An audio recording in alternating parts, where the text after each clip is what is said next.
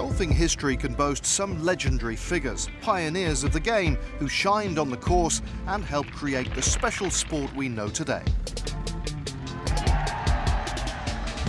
Simon Holmes, Golfing World's resident coach, has been analysing the achievements of some of the great icons of the game. Today it's the turn of the one and only Jack Nicklaus.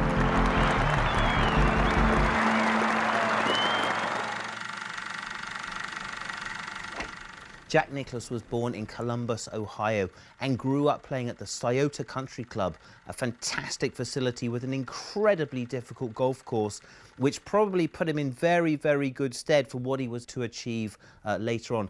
He was a superstar junior golfer. He won the US Amateur twice, and in 1960, as an amateur, finished second to Arnold Palmer.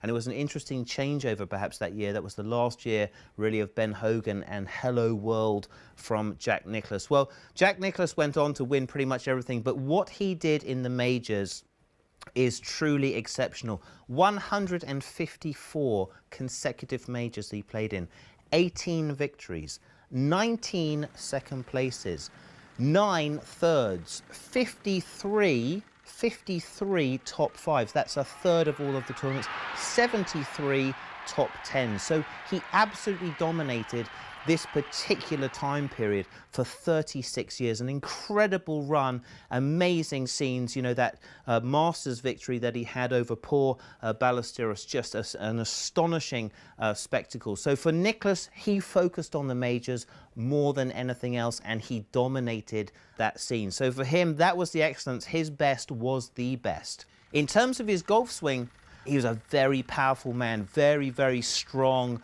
lower body, very, very deliberate technique, you know, very much not a Lee Trevino homemade swing, but very much given the instructions. He had a routine that he followed. He had a way of hitting that he worked on all the time, so very much a sort of a coached golfer.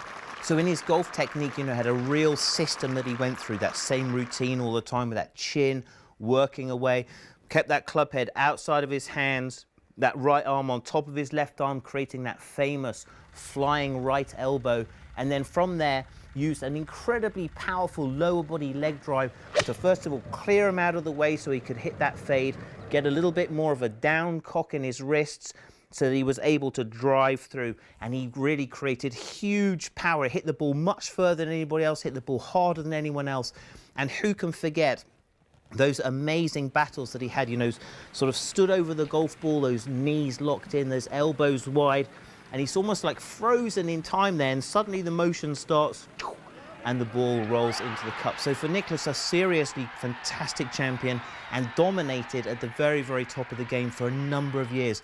But interestingly enough, for sort of us who are interested in golf instruction, he wrote some really fantastic golf books.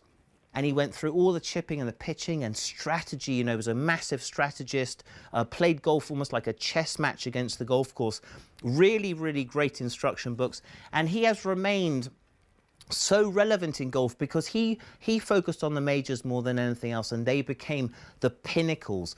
Tiger Woods, the superstar golfer, focused to try to beat Nicklaus's record. That's his goal. And now it's going to be a contest to see if Tiger can actually beat Nicklaus's record. But for Nicklaus, I think, you know, his best was the best. And when he walked onto the driving range, he knew he was the best. And the big advantage was everyone else knew that he was the best. And that was just how he liked it.